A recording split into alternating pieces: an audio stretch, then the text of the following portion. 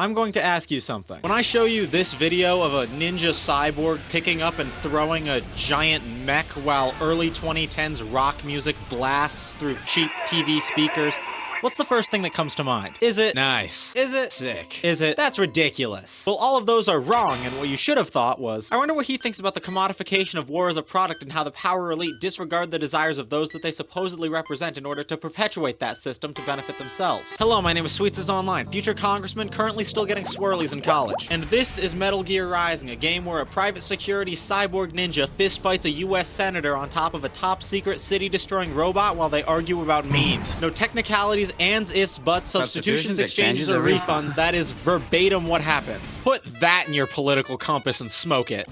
Oh, another 10 trillion to Israel. The Metal Gear series is a game that's always been overtly political, or so I'm told. I don't know, I've never actually played another Metal Gear game. But Metal Gear Rising: Revengeance is a game that is so shamelessly over the top that the first and only game in the series requires 2 subtitles, one of which is a compound of 2 other words. And as someone who's currently studying politics, I can't ignore a game that has people proudly proclaiming that they want things to be, quote, like the good old days after 9/11. All right, Northern Lion, you have my attention. But despite being downright silly at times, the game's ideological heart is shockingly nuanced and honest. And I think its over-the-topness makes it not only worthy of examining in terms of its own message, but also makes it a really good conduit to describe the state of politics, and specifically online politics as it is today. Because let's be honest, in a space that has devolved into people who don't leave their room performatively yelling at more people who don't leave their room, it kinda leaves a sour taste in the mouth of people who actually want to engage with these topics. No matter what side of the aisle you're on, and that's not me trying to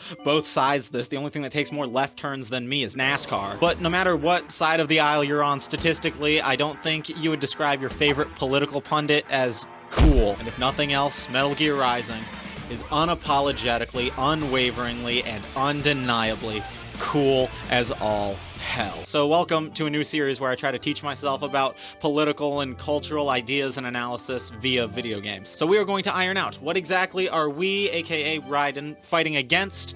What are we fighting for? What are the larger implications of this? And what the hell is this game trying to say? I'm not going to be trying to slot these characters into existing political parties, so I'm not going to be saying stuff like, that's why Blade Wolf's a Republican. I'm going to be examining characters and seeing what political ideologies they espouse or might align with. So if you're JJ McCullough, you can click off now. I know you think ideology is dumb and gay. An ideology is basically, okay, so let's use cooking as an example. If having individual political opinions is making a meal from scratch, just kind of throwing stuff together, maybe some of it works together, some of it doesn't, but you like it good enough, then an ideology is following a recipe. Some people will understand how everything works together or go to the efforts to learn how everything works together. But a lot of people mostly just trust that Martha Stewart and Snoop Dogg already thought about it and it will make sense and will be good. And I'm also going to be keeping things largely isolated to Metal Gear Rising, mostly just because I don't have time to play every Metal Gear Solid game for this video. Just like how you don't have time to deal with all of the malware that you might pick up while browsing the internet without this video's sponsor, NordVPN.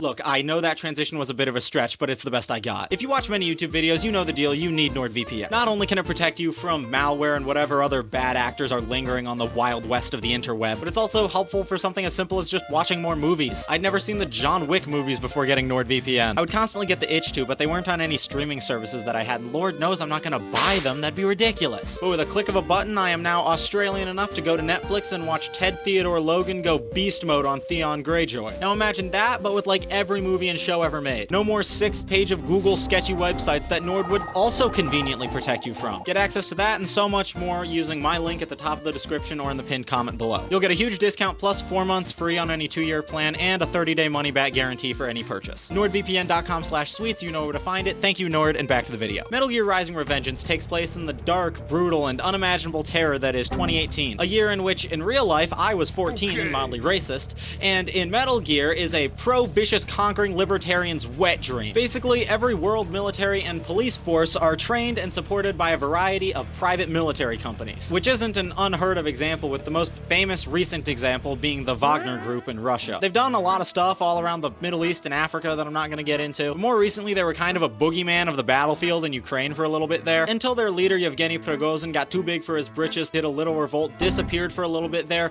and then mysteriously and conveniently got his plane blown out of the sky. One of the largest of the game's PMCs is called World Marshal, based in the lawless frontier that is Denver, Colorado. Metal Gear Rising's world is also a big win for transhumanists because fucking everyone is a cyborg. Booyah! Transhumanism is an ideology that at a base level claims that people should augment themselves with technology in order to be harder, better, faster, stronger. And the fun part about this is that everyone can do it as long as your politics aren't explicitly against technological innovation. You could be a fucking postmodern, agrarian, neo-fascist and still fit this in somewhere. Hence why both the bad guys, Congress, and the good guys, former child soldier turned hired gun turned vigilante, look like they drink motor oil and crash without Wi-Fi. I'm going to start with the two main bad guys, those being Sundowner and the rest of the Winds of Destruction, and Senator Stephen Armstrong. This is Sundowner. He's pretty simple. He fucking loves war. He focuses a lot less on the actual practical effects of war, casualties, than he does war as a product. The purely self-interested concept of buying and selling arms, upgrades, and defense itself. He's the head of a private military company and makes a lot of money from war, thus, big fan of the Forever War. And fun fact, there aren't really a lot of ideologies that are like, we fucking love war! Because to quote Sun Tzu, there is no instance of a nation benefiting from prolonged warfare, and unfortunately Lockheed Martin is not a political ideology unless, of course, you are a member of Congress. There is one main ideology that I think Sundowner is supposed to represent, but there are a couple of little thorns that make it not match up exactly. Neoconservatism. Loves the free market, loves foreign intervention, big fan of the Forever War. Could be his thing if it weren't for the fact that it just loves democracy so damn much. And it also hates most forms of extremism, which doesn't really mesh with the fact that these guys are pretty much terrorists. But overall, with all the talks about the good old days after 9/11, I think that Sundowner is functionally supposed to serve as a critique slash satire of the buzzword time military-industrial complex that results from neoconservatism in practice. Especially because post 9/11 Bush is still like the poster boy of neoconservatism. Now watch this drive. You know the deal, axis of evil, we sent troops into Afghanistan for like 20 years and killed millions. Senator Armstrong, on the other hand, way different. Armstrong initially starts off with a pretty similar, slightly more neoconservative and neoliberal tune, which, fun fact, not opposing ideologies. To simplify it a bit, neoconservatives focus on foreign intervention, and neoliberals focus on domestic economic deregulation. People have been known to espouse both. But once you go beat the boss 2 on him for a little bit, he starts to open up about what he really believes, which, just watch him explain it, I think. all right, the truth then. You're right about one thing. I do need capital and votes. Wanna know why? I have a dream. What? That one day, every person in this nation will control their own destiny. A land of the truly free, damn it. A nation of action, not words, ruled by strength, not committee. Where the law changes to suit the individual, not the other way around. Where power and justice are back where they belong, in the hands of the people.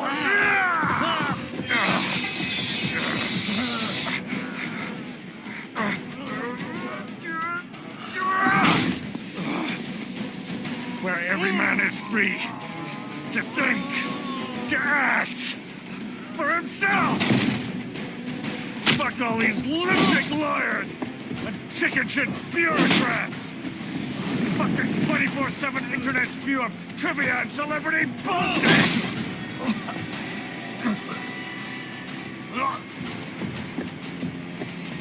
Fuck American pride! Fuck the media! Fuck all of it! America's diseased, rotten to the core. There's no saving it. We need to pull it out by the roots. Wipe the slate clean. Burn it down! And from the ashes, a new America will be born! Evolve, but unchained! The weak will be purged, and the strongest will thrive, free to live as they see fit. They'll make America great again! Oh yeah, this game came out in 2013, by the way, long before the red hats and saying that Hillary got schlonged by Obama. Side note, single funniest thing anyone has ever said on a campaign trail. Okay, back to the monologue. What the hell are you talking about? You still don't get it. I'm using war as a business to get elected! So I can end war as a business. In my new America, people will die and kill for what they believe. Not for money, not for oil, not for what they're told is right. Every man will be free to fight his own wars!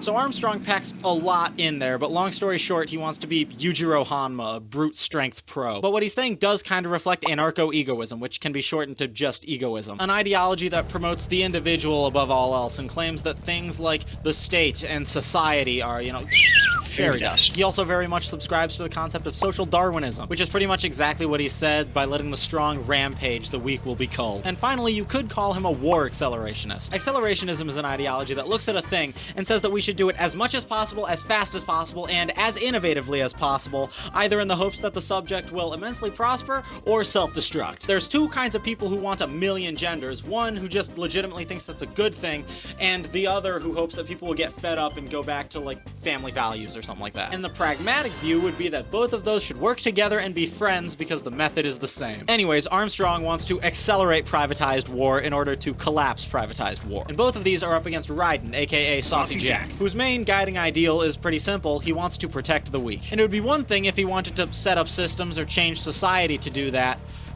except he wants to do it all himself. His ideology is that he's a moron, and his AI dog calls him out for it. But it does loosely kind of make him a humanist, I think, except he also has no problem murdering people. Like, there's a big moment where the bad guys are like, look, the cyborgs we're using are doing this against their will. What are you gonna do now, Jack? And his final conclusion is that he just really likes killing people. Funnily enough, throughout this game, Raiden serves as some kind of reactionary. Reactionary politics are usually conservative and are typically associated with your back in the good old days crowd. Everything new is a little bit bad. Raiden doesn't have super strong convictions of his own, except for his protect the weak thing, and is kind of just acting in response to the ideologies of others, which is brought up a couple of times throughout the game, with characters encouraging him to fight for what he believes in sometime. And while Armstrong definitely isn't your typical bleeding heart lib, he does want a completely different social and political structure, which I think technically by definition is progress. But the single biggest overall message that this game wants to tackle is the concept of ideas and how they replicate and spread. The memes. A meme is a term coined by Richard Dawkins that has accidentally gone way further than he intended, because he is a biologist and not a social scientist. And by the way, I should add that I only ever proposed it in order to downplay the gene as the only unit of natural selection. I wasn't intending it to be a contribution to the theory of human culture. And to talk about this, I decided to interview someone who is even more chronically and politically online than I am. My name is Paul.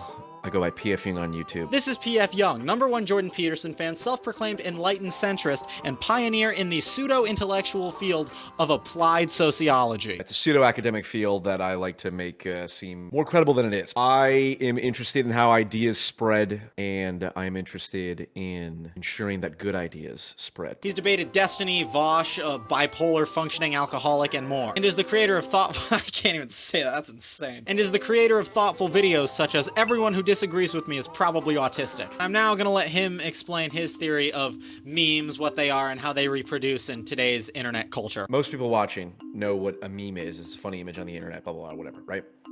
That's one subcategory of meme. But if you only think of meme as funny image on the internet, you're missing the whole picture. It's sort of like, if I say the word sport, you go, soccer's a sport. And then you only think of soccer anytime I say the word sport. It's like, that's not wrong. Like, soccer is a sport, allegedly. But there's many other types of sports, right? And memes were literally the way to think about it is what genes are to genetics and biological organisms, memes are to memetics and cultural concepts. So every biological entity that that's ever existed, down to the little bacteria to blue whale or whatever the largest life forms are, they're all made up of genes, right? Discrete units of biological information.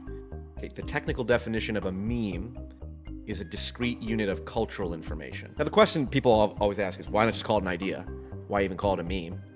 And the reason is because when you say the word meme, it invokes the frame of biological evolution. So you can use your understanding of how genes and genetics evolved to then help understand how memes transmit. Metal Gear Rising specifically wants to talk about ideas and culture as viral agents, how the use of the internet and certain optics can be used to target and spread specific memes, how these get left behind, propagated, and weaponized. Could you describe your theory of memetic fitness? Yeah, memetic fitness, again, invoking the frame of genetic fitness. Genetic fitness refers to the degree to which a biological organism is able to survive and reproduce in its given environment. So like I think sharks have not really evolved much in the last couple 100 million years. Oh yeah. Right? Like sharks and alligators are pretty old. Yeah. Right. So sharks have an extremely high level of genetic fitness for the ocean. Now, if you put a shark in the middle of the Sahara Desert, it has zero fitness, right? So fitness is literally it's a technically what is called a transjective property, which exists between two different things. So fitness is not in the shark or in the environment. It's a relationship between the shark and the environment it's in, right? And so memetic fitness is how successful a meme is at reproducing itself and how successful it is at embedding itself deep within the human mind. You could have a cultural fad, which goes viral, quickly washes over the culture, and then disappears. You remember the Harlem Shake? How old are you? Yes, I do remember the Harlem Shake. I'm 20. Okay, all right. So yeah, I think that was the Harlem Shake. That was just everyone did it and then it went away and nobody cares about it, right? Or you could have that's something with a very high transmissibility, but very low durability. It doesn't stick with you very long, right? But then you could have the opposite of that. You could have an inside joke, with your friend group for let's say you've known these people for 30 years, and it's the same inside joke. It's that joke doesn't spread to anyone, but it means so much. It has so much psychological significance to you that it's deeply embedded within you. In this instance, it's used as an excuse to start a war with Pakistan, but that can be viewed on a smaller scale through creators. Because, fun fact, one of my favorite facts, and one of the reasons that I'm even doing any of this in the first place, politics is not just about being right or factual. Politics is a performance, and it always has been. And this is where I start positing and saying how I'm feeling, postmodernism type beat, my sources that I made it the fuck up. Because at the beginning of this video, I said that the game can succeed in its messaging because it's cool. That's why, despite being a very small part of the game, Senator Armstrong has so much staying power. He's very memetically fit. He's bombastic and charismatic and beats the shit out of you while talking about having played college football. Because politics is not and has never been a game of who has the most coherent plan for the future or who is the most educated on a given topic. Politics, both as policy and as entertainment, because be honest, about 70% of you fuckers watch politics like a rat hitting the orgasm button and nothing else. The license to drive? I'd like to see some competency exhibited by people before they drive. Politics as policy and as entertainment is and has always been a game of who can talk the prettiest. The most popular political videos are always someone who has spent their entire lives learning how to argue about something, destroying someone who just kind of vaguely has a feeling about the topic. Jubilee is slightly more diverse SJW-owned compilations. You cannot change my mind about this. And we fucking love it. And that's also why this game is as over the top as it is. Why all of the issues are bombastic and extreme. If we watched a senator give an an address from on top of a Metal Gear about how he wanted to start a war to boost the economy, I honestly think a large amount of people would respond, "That's cool as shit." And if I were a better writer, I could probably elegantly wrap all of this into a neat conclusion and be done with it. Lecture about the dangers of charismatic leaders and call it a day. But the truth is, the we's I've been using are actually I's. Not in a, even someone as smart as me is susceptible to this type of way, but 100% honestly and genuinely. Because the fact is, the showmanship of political discourse makes me love it that much more. It's one thing to study and understand the political, economic, and cultural workings of a country, and it's another to know all of that and be able to speak it into existence like an artist. And when it comes to online mouthpieces, I think the right is wrong at best and evil at worst, and the left is cowardly or pedantic and annoying, as someone who proudly identifies on that side of the aisle. Our champions of logic are hopeless degenerates. Our largest political party couldn't move the needle if it wanted to run away, and some of the largest voices online are telling you that they're going to implement the effective strategy of firebombing a Walmart and then don't firebomb a Walmart. It frustrates me to no end, and at the same time there is something horrifyingly rapturous about watching people fiddle while Rome burns. And all of this is to say, sure, this game has a lot to say about the military-industrial complex and the honesty of politicians, but the thing that it understands best, that beats through its very existence, is that if you want to spread a message, get involved with the system, and or change the world, you'd better have taken a theater class. And that is the end of my schizophrenic rant for the day. So please subscribe, because there'll be more videos like this in the future, and YouTube thinks you'll like whatever this is.